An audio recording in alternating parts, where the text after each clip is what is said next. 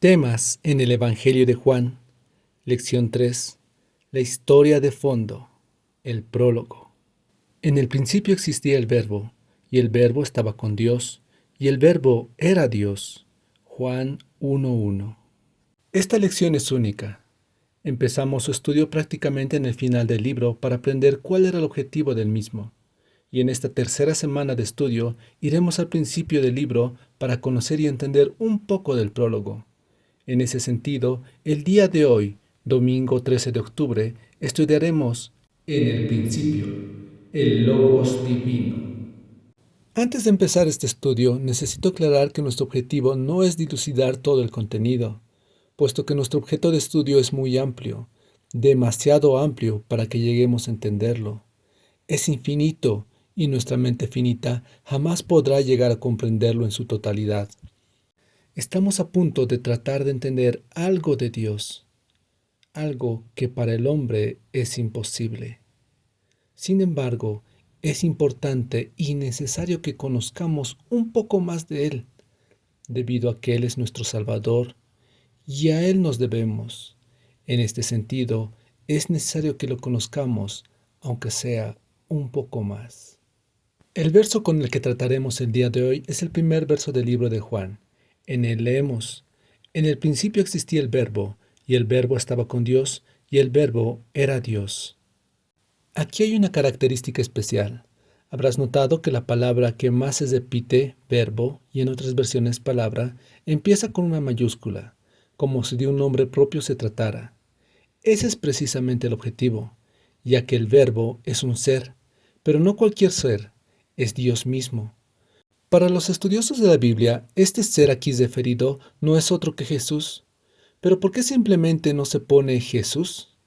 Sencillamente porque Jesús es el nombre humano con el que lo conocimos. Pero Jesús ya existía antes de tomar la forma humana. Tal vez los ángeles y los seres no caídos lo conocen con otro nombre, quien para nosotros es Jesús, que quiere decir el Señor es salvación. Para ellos pudo haber sido conocido con otro nombre y con otro significado. Este verso está dividido en 3 secciones. Para comprenderlo mejor, estudiaremos cada una de ellas. En el principio era el Verbo. Algunos llaman estos primeros versos un segundo libro de Génesis.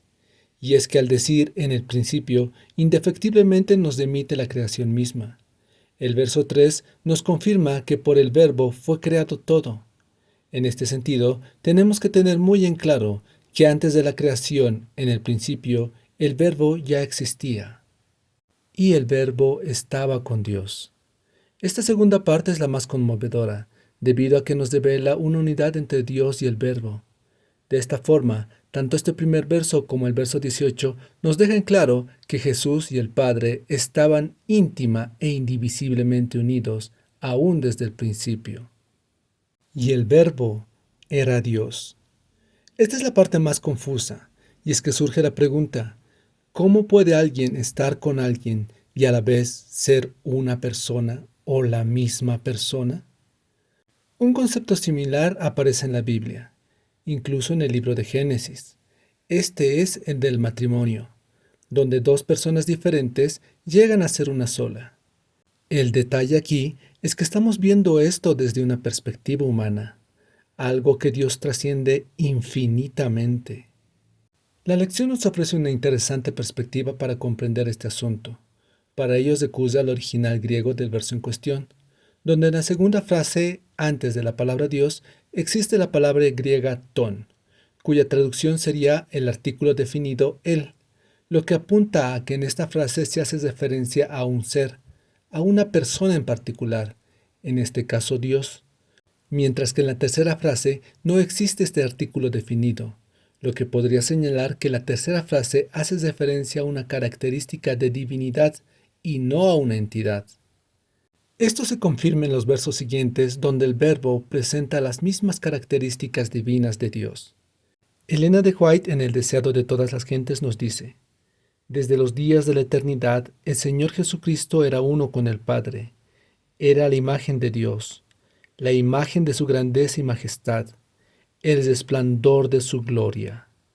Puede que todo esto parezca muy complicado, y es que lo es, y ha generado muchos debates y temas inconclusos en el ámbito de la erudición bíblica. Pero si hay algo que tiene que quedarte muy en claro para las siguientes lecciones, es que Cristo es una parte importante de nuestra teología.